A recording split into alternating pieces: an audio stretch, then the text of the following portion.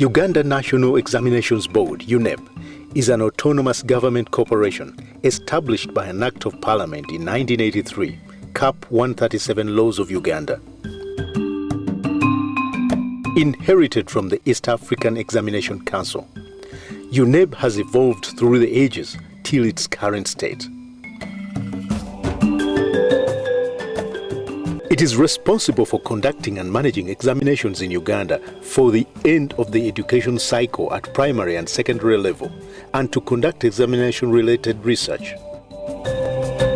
A role it acquired after phasing out the responsibility of conducting business and technical examinations that were vested in the Uganda Business and Technical Examinations Board, UBTEB, by the 2008 Business Technical Vocational Education Training Act. The last examination under this category were conducted in June 2014. UNEB came into being in 1980 when the East African Examinations Council broke up during those days. And since then, UNEB has been the board that has been managing examinations until 2008. It was the only examination board which was dealing with primary, secondary, business and technical exams. Its vision is to be the leading center of assessment for quality education, while its mission is to ensure continued improvement of quality, validity and reliability of assessment and evaluation of the curriculum and learners' achievements. The Secretariat is headed by the Executive Secretary, who is the accounting officer. The Executive Secretary executes the policies of the board and coordinates the work of the departments and sections. These departments include primary and secondary school examinations, administration and human resource, finance and accounts, information and communication technology, research and data, and the printery. The Secretariat has a human resource department which handles the recruitment and training of personnel to satisfy the needs of UNEB clients. As far as the recruitment process is concerned, we are guided by the HR manual. We have a comprehensive manual where all the procedures related to recruitment of staff are clearly articulated, and we follow those procedures by the letter. But the basics of this process is that when a vacancy is identified, an advertisement is made. It may be internal or external. Internal, if it is perceived that there is internal capacity to fill that vacancy. External, if that internal capacity is not available. UNEB's activities and range of services include accreditation of examination centers and storage stations, registration of candidates and appointment of personnel for administration of examinations. Others are selection of marking centers, marking examinations, release of results, issuing result slips and award of certificates, remarking, issuing of letters of verification, confirmation of results, equating qualifications from other examination bodies of Uganda, sale of publications, sale of chemicals for science practical examinations, commercial printing and recruitment of examiners. The Secretariat, which is located in Kampala, is responsible for generating standard examination papers, printing and distributing them to storage stations all over the country. These examinations are used to assess candidates at various levels every year. UNEB ensures that they are secure from any form of leakage from the Secretariat up to the gazetted storage stations in districts. The first innovation that we undertook was to centralize writing of question papers. We would carefully identify senior teachers and invite them to a venue under security arrangements. We would train them, and then they write items. Actually, they construct the items under our guidance. After constructing the items, we pick all of them from them. And of course, we don't allow them to go out with anything. So we would get them, pick them, store them in a secure storage, and then we would begin processing, handling moderation, assembling of those papers, typesetting and so on, but under very secure conditions. These examinations are transported from headquarters to districts under tight security.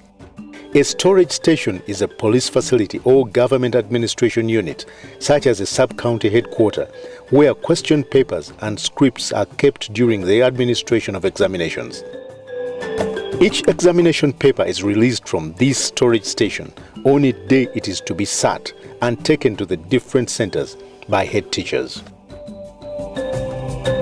Examination centers are schools or any other educational institutions that have been validated by UNEB, allocated a center number and granted permission to host candidates sitting for UNEB examinations.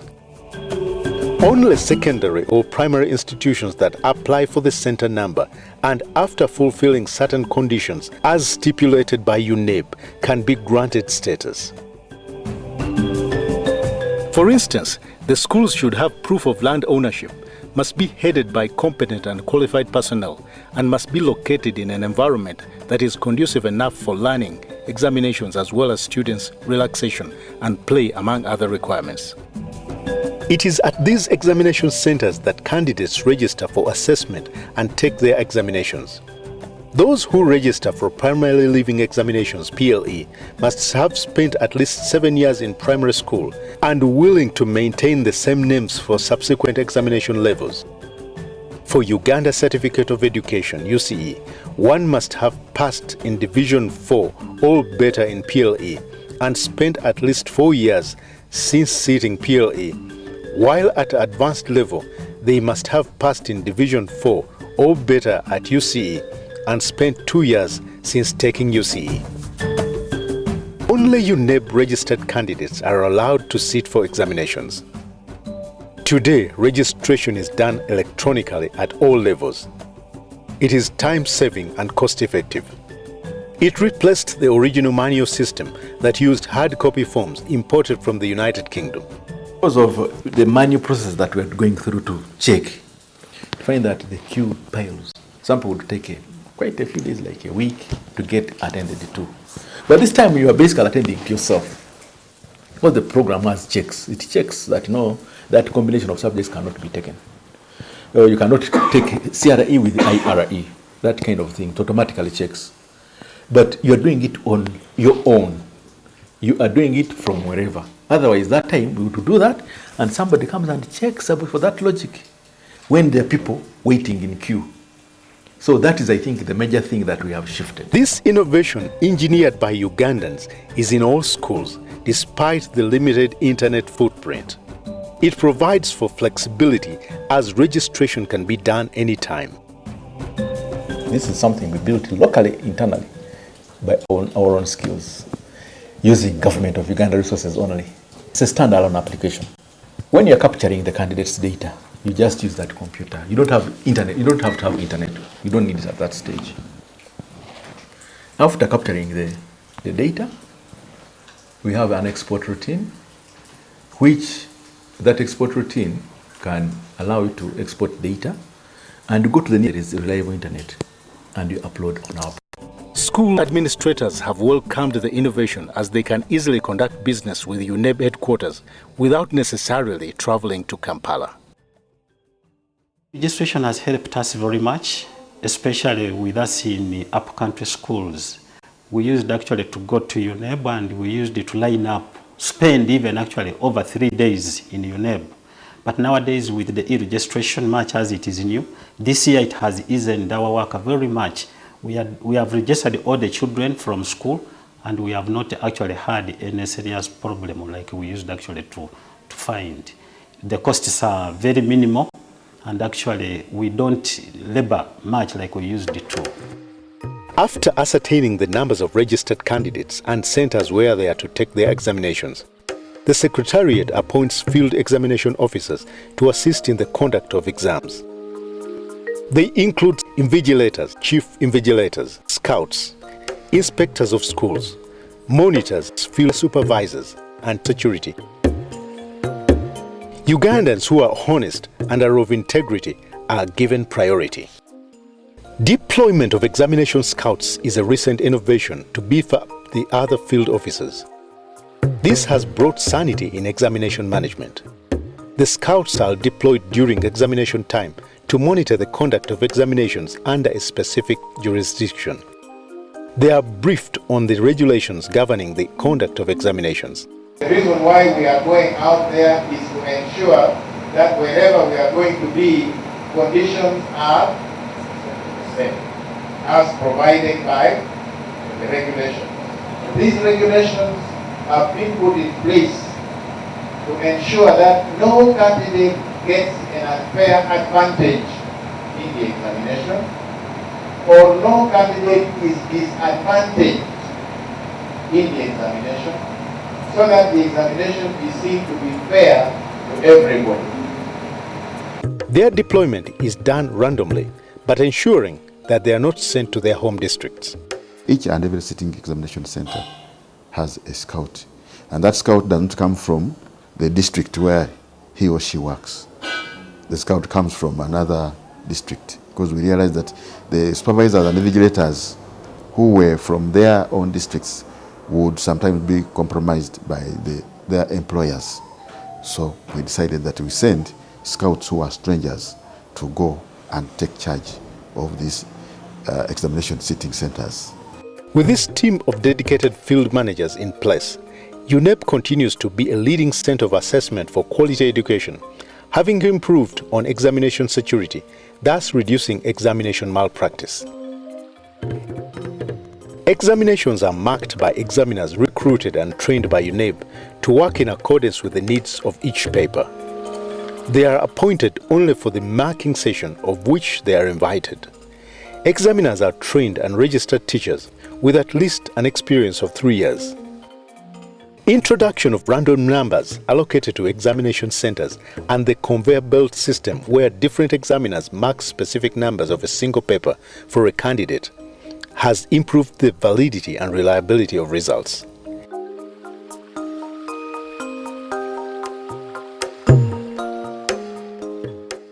Earlier on, we used to have an examiner marking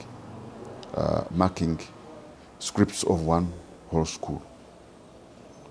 And of course, every examiner, like any other human being, has weaknesses and what have you. We felt that we use best practices from other countries where we benchmarking. And we introduced what we call conveyor belt system of marking. So we have teams of about 10 to 12 examiners. They look through the marking scheme. Of course, they are coordinated. And then those examiners will mark specific numbers in a conveyor way. One will mark, say, from number 1 up to 5, then another one from 6 up to 11, another one from 11, and so on and so forth. There, it gets rid of any bias, and it has worked very, very well to improve on the validity and the reliability of our results. It is another ICT-related innovation that has reduced the cost of managing examinations at all levels. Reason why the 2015 PLE results were released ahead of time. I would like to congratulate the board and the entire staff of UNEB for having worked so hard to complete this exercise in record time. I am impressed by the professional manner in which they execute what is clearly a very difficult task. And I am pleased and thankful that UNEB has confirmed the quality and integrity of our examinations. At the end of the marking session, UNEB releases examinations results in a ceremony presided over by the ministry responsible for education. Thereafter, respective departments issue the results to head teachers for secondary schools and to district inspectors of schools for primary. A parent or candidate at the comfort of his or her location can comfortably get examination results using short messages, SMS, on mobile phone. Interested persons just go to the message menu, type the level, leave space, and then type the index number of the candidate and send to 6600. The results are then relayed instantly. These innovations have earned UNEB admirers among the stakeholders and are ready to cooperate to make UNEB a leading center of assessment for quality education. After marking and release of results, the board awards certificates to successful candidates and results slip to all PLE candidates. At secondary level, result slips are issued together with results, while at primary level, they are issued after 2 months. After the release of results, UNEB also issues reports on work of candidates to guide schools to the forthcoming examinations. We process the results and then issue them out to the examination centers for onward transmission to candidates. And that means now that we also have the responsibility of issuing out result slips and the certificates to candidates who have qualified for award of certificates. In case one loses or damages the certificate or result slip, the affected person can apply for a letter of verification of results.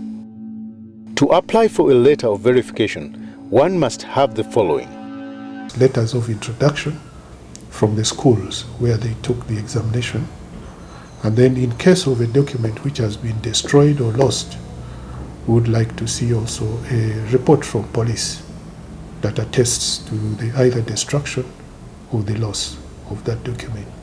And then we would like also this applicant to give us an up-to-date identification document. So those 3 documents must be accompany the application, and then they will have to pay the fees that have been set. Schools whose results are suspected to have been obtained fraudulently are withheld by UNEB until proved otherwise. Where a center whose results have been proven that they were not genuinely obtained, it may in certain circumstances have their center number recalled depending on the gravity of the matter. A person who has studied outside the Uganda education system can have his results verified and equated to the grades offered by UNEB to determine whether the results obtained from the other examination bodies can allow that person admission to Uganda secondary schools and other institutions.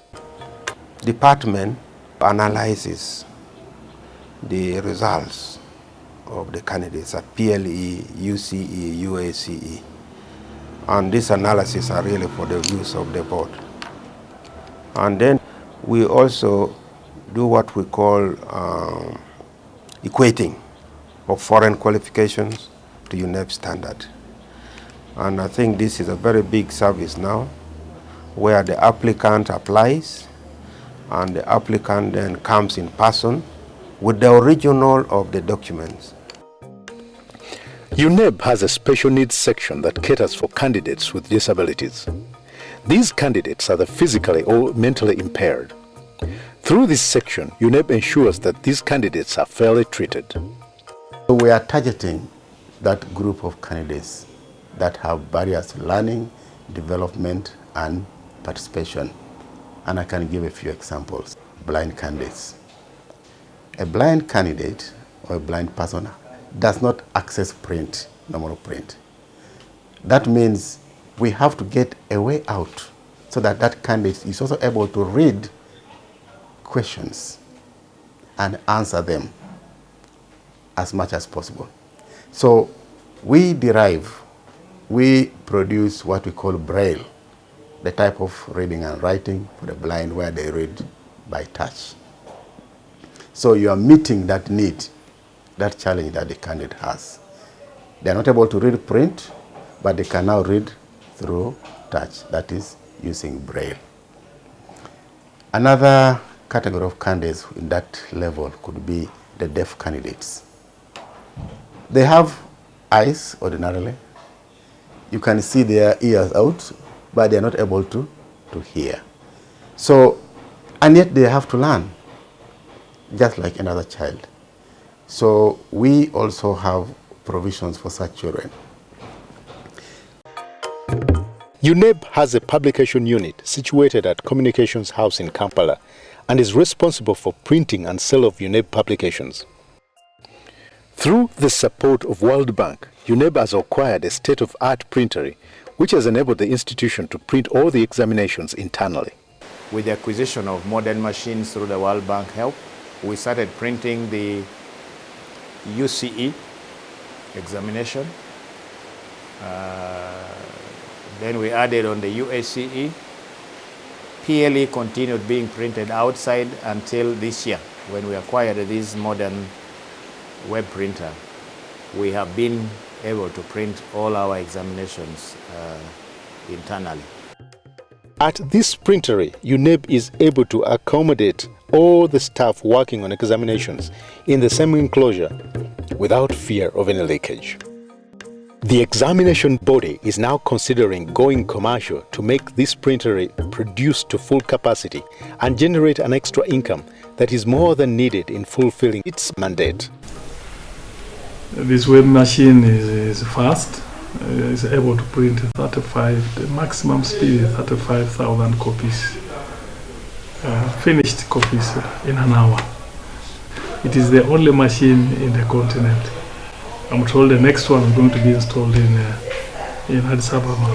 We even were able to print all the answer booklets of the two major exams, like UCE answer booklets, we did them here, graph paper, and all the exam materials, even A-level answer booklets, graph paper, and all other documents for the exam. We printed them also here. Fulfilling these functions has been an effort by UNEB administration with the support of stakeholders. In an interview with the Executive Secretary, he expressed optimism that UNEB will be unstoppable in executing its mandate since it has been allowed a direct vote from the Ministry of Finance, Planning and Economic Development. We are hoping that now that we are directly a vote in the Ministry of Finance, maybe we can be able to articulate our issues directly with finance.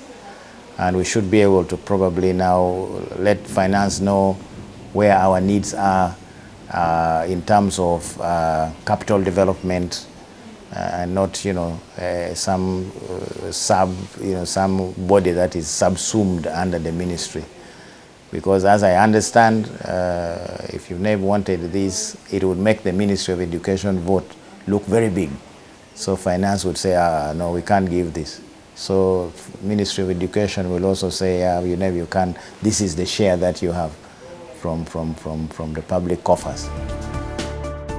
This funding is crucial in aiding UNEB to meet the challenges associated with a growing number of candidates at all levels. In the last 10 years, UNEB registered an increase in the numbers of PLE candidates by 200,000 from 445,583 in 2005 to 620,000 in 2015. At Uganda's Certificate of Education level, the numbers have risen from 314,000 in 2015 from 100,000 in 2008, while at the advanced level the numbers stand at 122,000 today.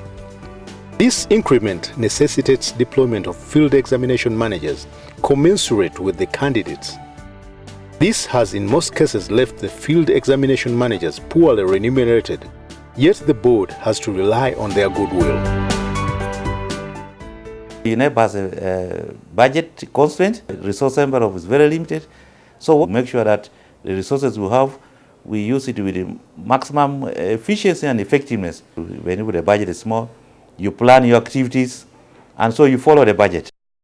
Though an examination body is supposed to work out the unit cost and what each candidate should pay to generate funding and comfortably administer examinations, this has not been the case with UNEB, as its budgeting has always been influenced by political decisions from the Ministry in charge of education.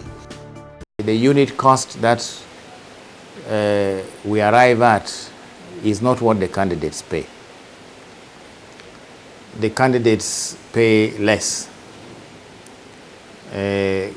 Government, of course, would want to think that, yes, this probably is a bit expensive, you know, and so on. But since now we cannot raise all the funds that we need to run the examination, the challenge is that some of the programs must be reduced. The other challenge UNEB faces is to answer the demands of parents seeking to have continuous assessment to discourage teaching for exams in schools. Most people finish senior 4 when they don't have any, they have crammed exams, they have crammed exams and written them on papers, but practically they are not that good. So I think the practical bit of financial literacy, of public speaking, of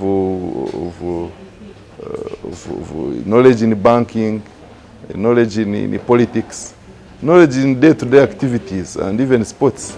This is supported by the Director for Basic Education in the Ministry of Education, Science, Technology and Sports, Yusuf Nsubuga, who asked UNEB to keep ahead of the reforms being introduced in the sector. This is one area that has been on table for a very long time. But I think given the new reforms that are now coming, it almost has become inevitable and urgent that we have to embrace continuous assessment. For education to be meaningful, for education to be relevant, for education to be useful both to the learners and to society, we must remove that mismatch between what is taught in school and also what is required in the labor market. Calls to have the syllabuses revised to suit today's market demands to include life skills have been sounded by both candidates and parents. The syllabus is okay, but I think they should help us and put more emphasis on practical subjects because the syllabus is too theoretical. Through the National Assessment for Progress in Education section, NAPE, UNEB is able to do research to improve on the quality of education at lower levels. The findings are so vital to the efforts for improving the quality of education in this country. NAPE knows where the problems of education in this country are.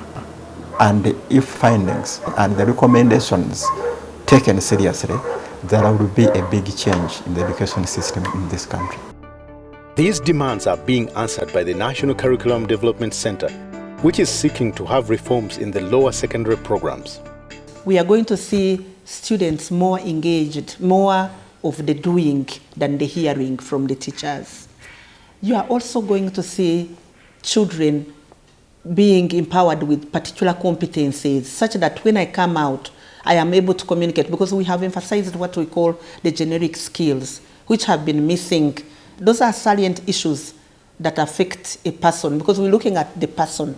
As the person comes out and says, I did 8 learning areas or 8 subjects, I did the English, I did what is it that can show that I actually did it? Am I able to communicate verbally in the various languages if I am communicating? Am I able to use technology? Am I able, because we are also encouraging technology. We know that we have challenges with the aspects of technology, but the technology is cut across. We are also emphasizing values. If you have gone to school, it's not a matter of getting a degree and it is in your sitting room, but what is it that you can show? The Director for the Education Standards in the Ministry of Education, Science, Technology and Sports encouraged UNEB to maintain the cordial relations it has with other stakeholders and attract people of integrity to participate in field administration of examinations. Right now, as we talk, I think UNEB is one of the organizations with an impeccable record of people not doubting the integrity of those who are working in UNEB and the outputs from UNEB, which are the results. 2, UNEB needs to be facilitated a bit more in order to attract quality people to participate, especially in the field administration of exams. exams. Lastly, the few examination malpractices we've come across, there is a complicity of the general public. Parents wanting to see that their children get very good results at all costs, and that really can easily tempt them to even, try to buy or corrupt those involved in the processes. And when that happens, of course, all of us lose. This stakeholder cooperation, good stewardship, together with the new innovations being encouraged by the board, give a clear signal that UNEB will continue to be a center of excellence in the management of examinations. The biggest threat to the validity and the reliability of our results, and therefore the respect for our certificates, is examination malpractice. Are aware that when malpractice is widespread in a country, the certificates issued by examining boards in that country lose value. It is no longer accepted by other countries. That makes it very difficult for our students or our children to go and study outside the country. When our children grow up from primary through lower secondary, upper secondary, in the knowledge that they will be helped in the examination, this kills their creativity, it kills their urge to work hard, it kills their urge to actually learn. And if you now have this kind of scenario going on through to upper levels, you are now going to have that crop that must drive the country's development agenda being placed in wherever they are, not on the basis of what they actually know and they are capable of doing, but on the basis of results that they have fraudulently obtained. Let us provide the opportunities for the students to learn and learn meaningfully, and avoid the temptation of shortcuts, involvement in malpractice, which in the long run is very, very, very destructive to our country generally, and to the reputation of our education system globally.